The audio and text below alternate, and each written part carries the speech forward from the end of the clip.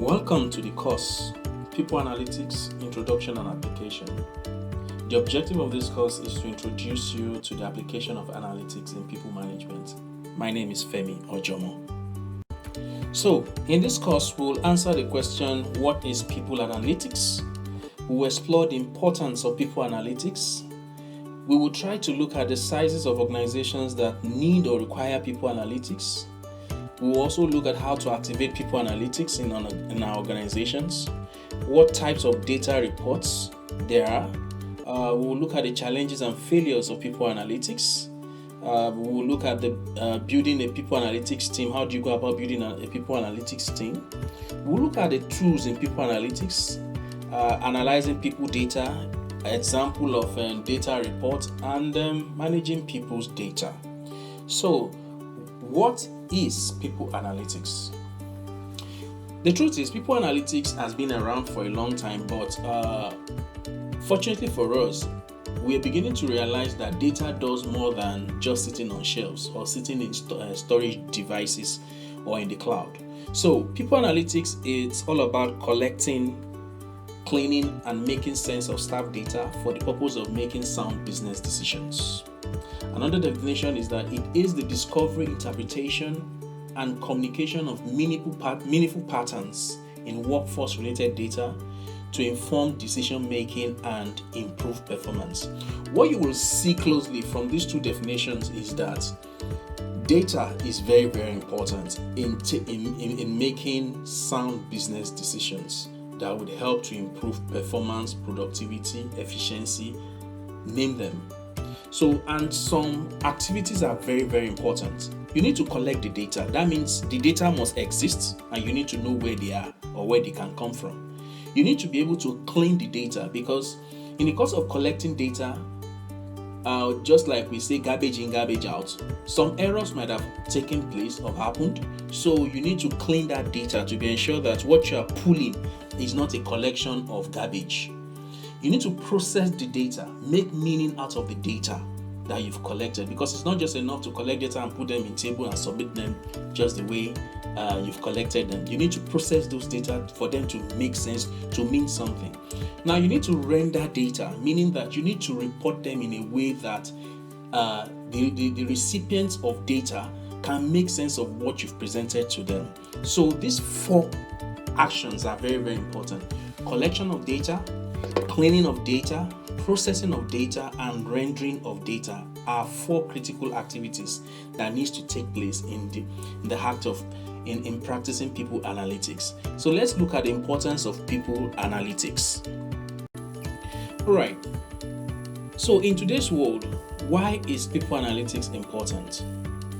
The truth is, as far as talent is concerned in today's business environment, it is volatile, it is uncertain, it is complex, and it's ambiguous as far as talents are concerned.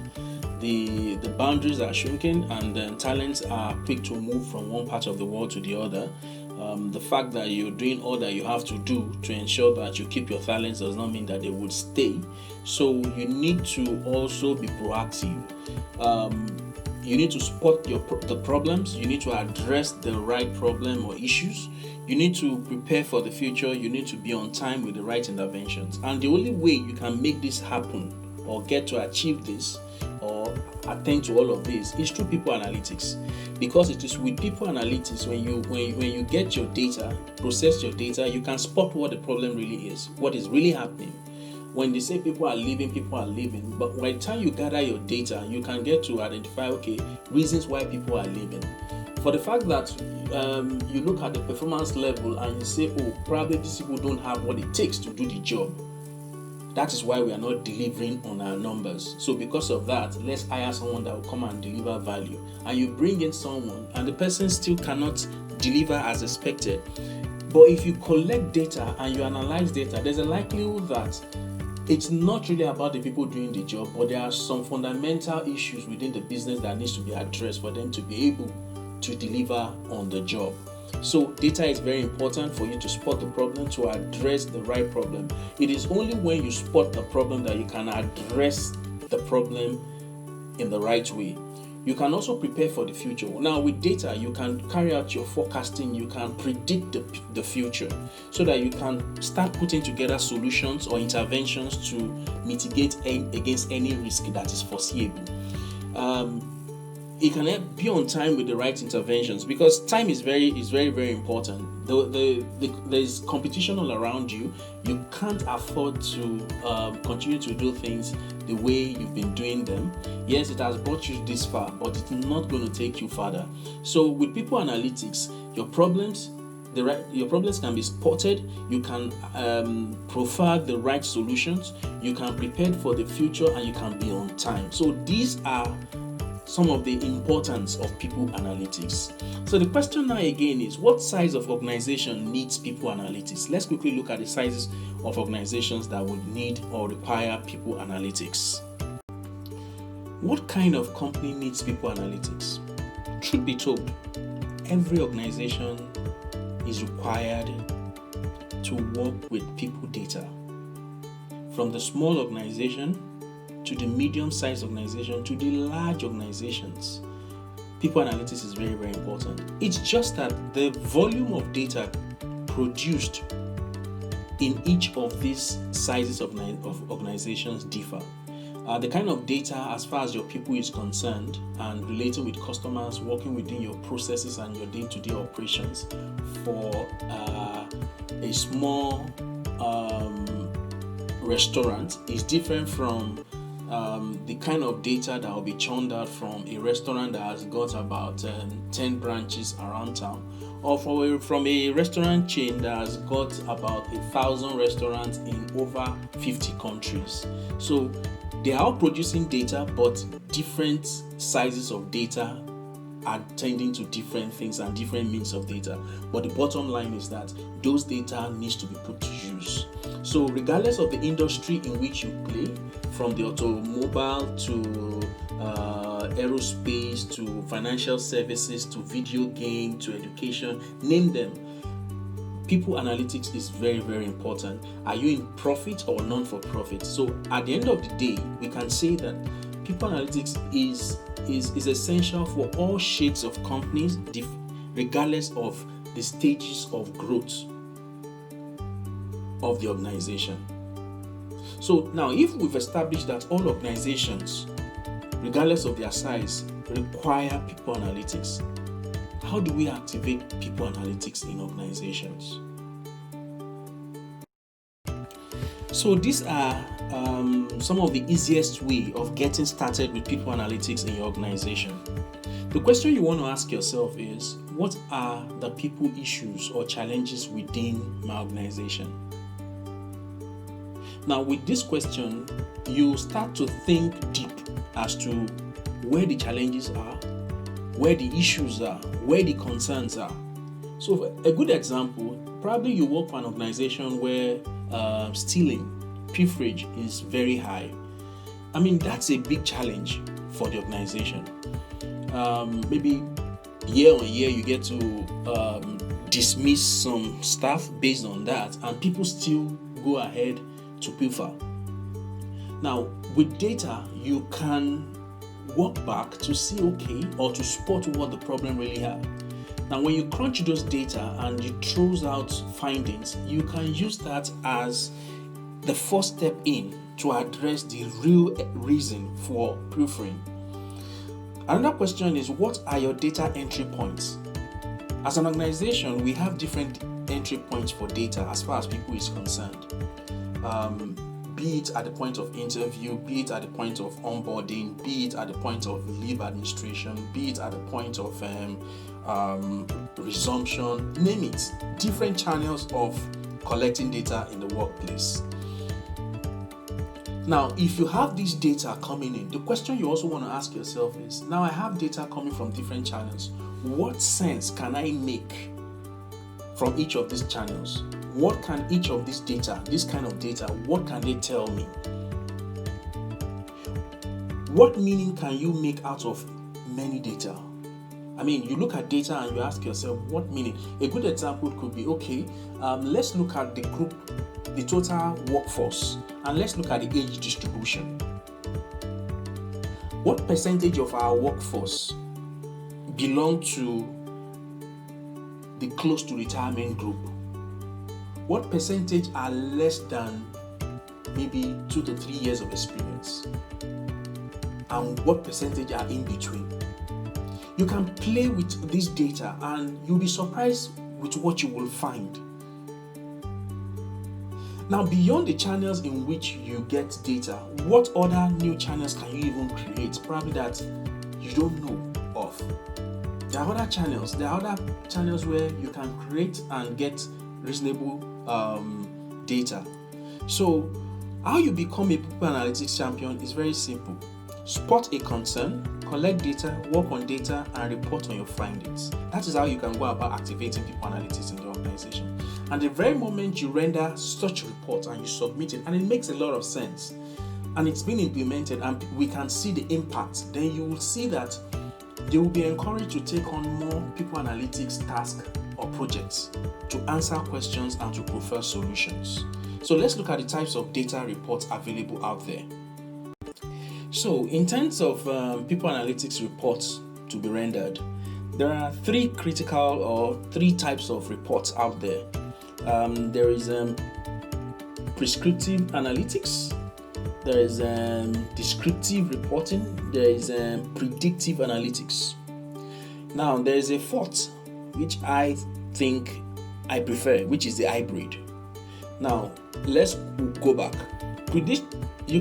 Prescriptive analytics and predictive analytics, you can have the two. You can also have predictive analytics and predictive analytics, while hybrid is a combination of all these analytics or types of report rendering. But let's look at them one after the other. What is descriptive analytics? Descriptive analytics is all about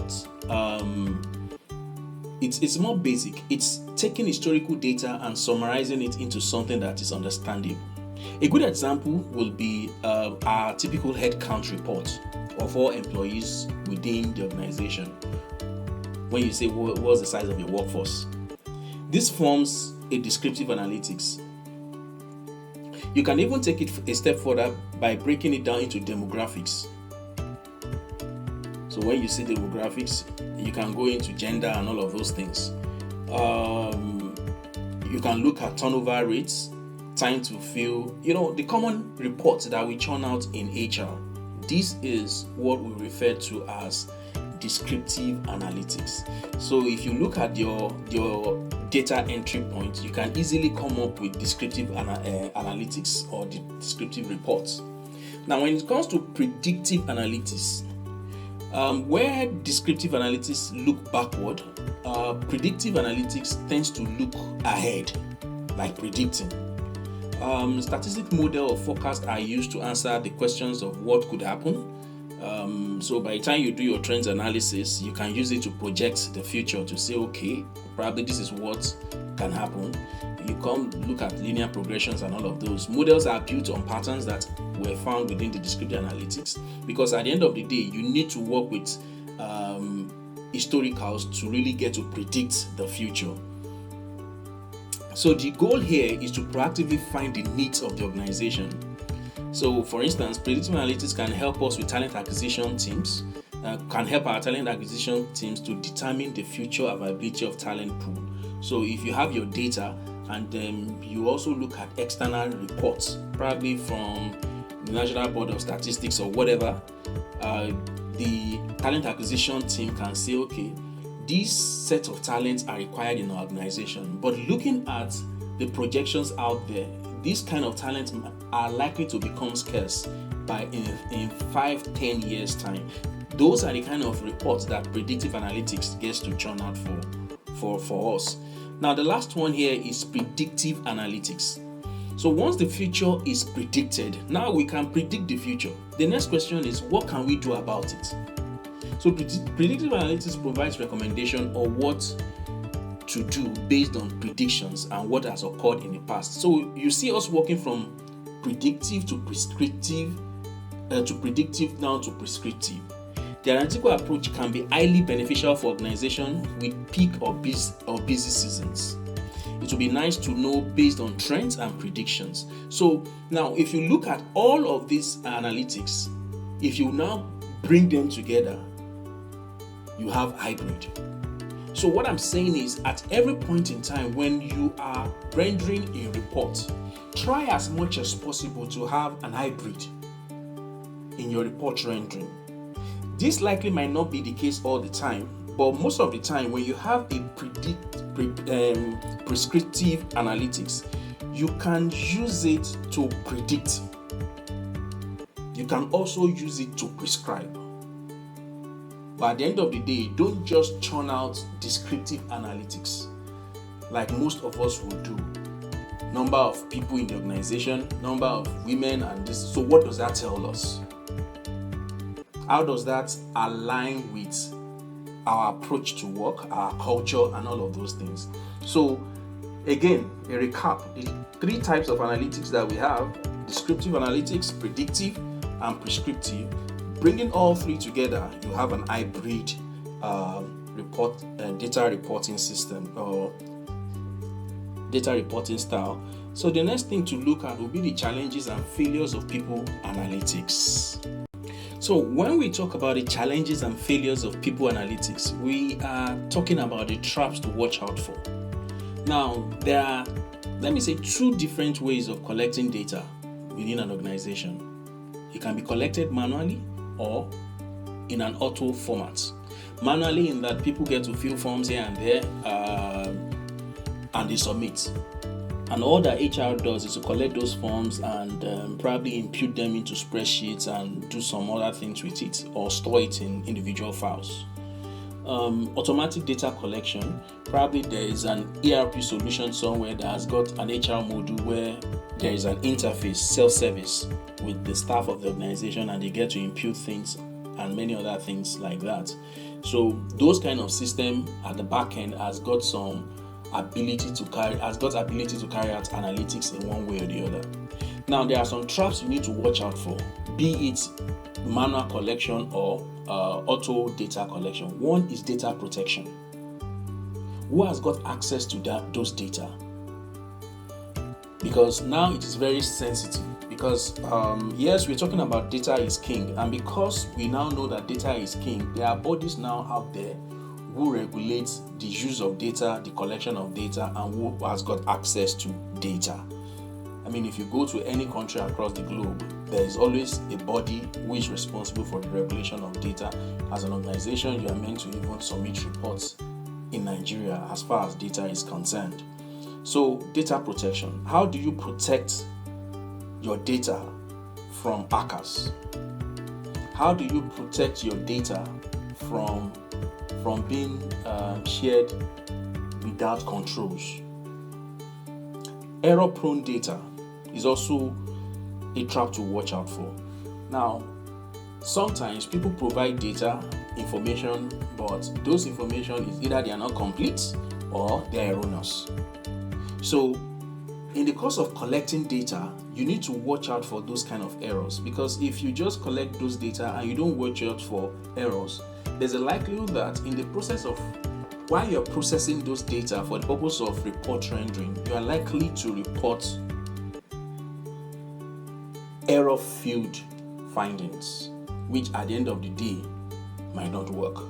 Management acceptance.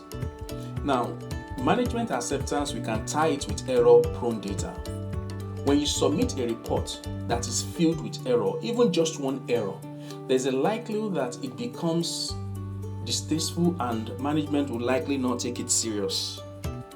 So before you render your first report or any report, be sure that your analysis is detailed and the data in which you've adopted for the analysis is clean.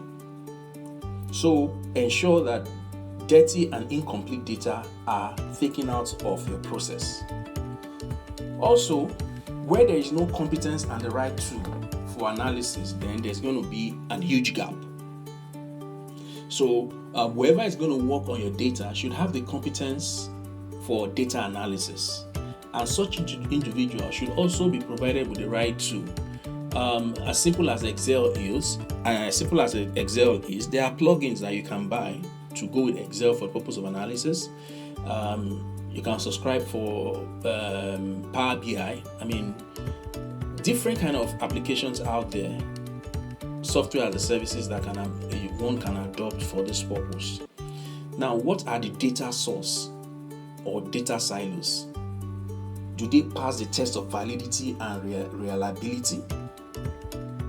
Establishing the link between revenue and productivity. So these are the traps you need to watch out for when you are collecting your data, and these are also part of the challenges when it comes to people analytics. So let's look at building a people analytics team. All right, in building your people analytics team, some skills and competencies are required. Numbers and statistics.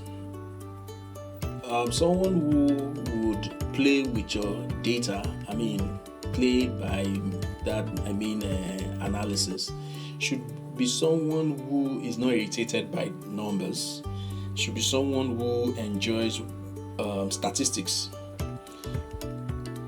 This individual or these individuals should also be skilled in critical reasoning, ability to reason beyond just thinking, should be able to communicate and visualize, because at the end of the day, once you are done with all of this beautiful analysis on whatever platform, those findings needs to be reported, most especially in a visual format for the purpose of comprehension.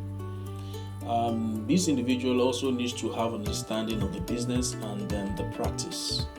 So these are some of the key skills that your people should have when it comes to being able to analyze the data of the organization. They must like numbers. They must enjoy statistics. Critical reasoning is very important.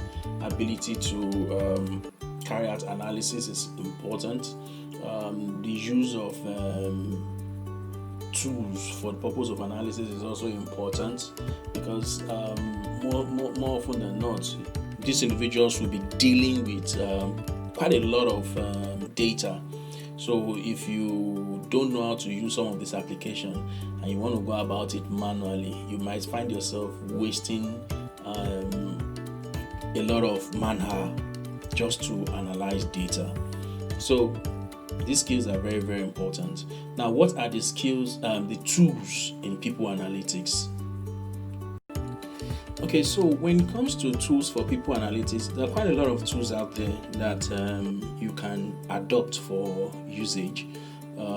First will be the Excel, because it's common, and at least quite a lot of people have got the basic to intermediate knowledge of the use of Excel. That can be improved on to an advanced level. You have the SPSS, which is a statistic tool, which also can be used. There's Tableau, which is also good for analysis. Then you have the Power BI, which is owned by Microsoft as well, which is also good for analysis, and it's most of the time online. The beauty of all of this is that all of these tools are also online and can be real time as well. There are other software as a services solutions. One of them, to think broadly, will be having an HRIS system where from the back end there is provision, there's a feature for reporting, and the back end of those reporting, I think some of them are built around Excel, so a lot of analysis is being done on your behalf and then churns out reports that would help you take some decisions. So these are tools that you can adopt for usage within your organization. By and large, what you want to do with your data and the extent to which you want to tell stories with your data should guide you in deciding on the right choice for your organization. So in carrying out people analytics, there are some methods you need to be familiar with. A good example is trends analysis, trying to see what the trend has been over a period of time. This tells you a lot. Working with descriptive. Correlation analysis, what's the correlation between variables. Regression, which is also between variables as well. You have simple linear regressions and some other things like that. you want to research more on this and learn how you can put this to good use. Part of the beauty of Excel as it is now is that some of these things are built into Excel. All you need to do is just click and they will do the analysis for you further. There is also the bit of cause and effect analysis. What causes this? If this happens, what is the effect on X? If Y happens, what is the effect on Z? So these are things that you also need to be, these methods you also need to be familiar with. So let's look at the example of data reports. So here are some of the reports that can be produced in the process of carrying out your analytics. Sometimes this report standalone can also serve as input in further analysis. Hours of work, head count, gender distribution, new hire, grade level distribution, revenue per staff, channel for hiring, cost of new hire, hours of work lost, age distribution, absenteeism, staff attrition, job type distribution, performance. When it comes to HR monitoring, regular reporting enables HR to keep a finger on the pulse of the organization by tracking key performance metrics. New trends and reporting can be spotted early, and emerging problems can also be addressed before they significantly impact the business. Now, when it comes to management information, an HR report can also help managers in doing their job better. An HR report can inform managers about relevant developments in their teams and departments. So, for example, the marketing department struggles with high turnover and a high time to hire. Managers will be more likely to put emphasis on retraining employees, which probably might not be the case, but with the analysis of data as it concerns people, this might tell us that the problem goes beyond what we think it is. Track problem areas. HR reporting also offers a great way to track key problem areas in a transparent way. So by tracking problem areas, HR can leverage its position to drive improvement. So by and large, these are the reports that we pull on a day-to-day basis that we can try as much as possible to work with and make more sense from a descriptive, predictive, and prescriptive perspectives. So let's look at managing people's data. So before we go to managing people's data, let's quickly look at a statement of problem here. A case here is that Make Goods Limited is into manufacturing and has been in the business for over 40 years. So this business has been around for over 40 years. The company intends to reposition itself as a market leader through innovation that cuts across its operations. So for a company that's been around for 40 years, perhaps it is time for them to revisit the drawing board and see how they can be innovative across their operations. One of the advantages the business has had over the years is retention. People hardly leave until retirement. It is obvious that the pool of talent are fast aging. So if you have people who hardly leave from inception and been with the business, it typically means that people are aging on the job. And there is the question of change and its possible acceptance. For people to have been around, they are used to the way things have been done. So how will change be accepted? Will it even be accepted? There is a question of when the company will stop being productive and competitive due to aging population in critical portfolios. There is also the question of bench strength. So HR needs to step in and save the future of the company. Now, based on all that we've been discussing as far as people analytics is concerned, you will see that data has got a lot to do in helping Make Goods Limited attend to the problems. However, there are some questions that HR needs to ask that would direct HR into gathering the right data. Questions like, what is the average age of our workforce? What is the age distribution across the critical roles? How close are the incumbents in our critical roles to retirement vis-a-vis the entire business? What is the window period available to the business to build a formidable bench strength? So what period do we have? If we've identified these critical roles and we know that these are the percentage of people that are close to retirement, do we have a sizable period for us to build a formidable bench strength? What succession decisions must be taken? What aspect of people's strategy needs to be revisited? Now, with these questions,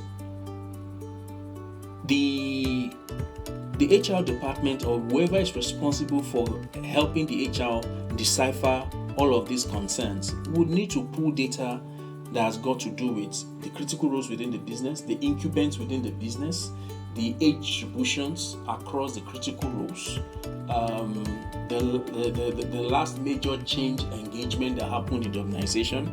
How was it accepted? What was the level of success with such intervention, etc. So these are the ways in which people analytics can help an organization. So I would like to encourage you. You can come up with, you can take this case and play it out in your organization. Look at your organization and try to answer these questions. Perhaps some things might just drop and you never can tell. That's how to go about it. So let's look at managing people's data.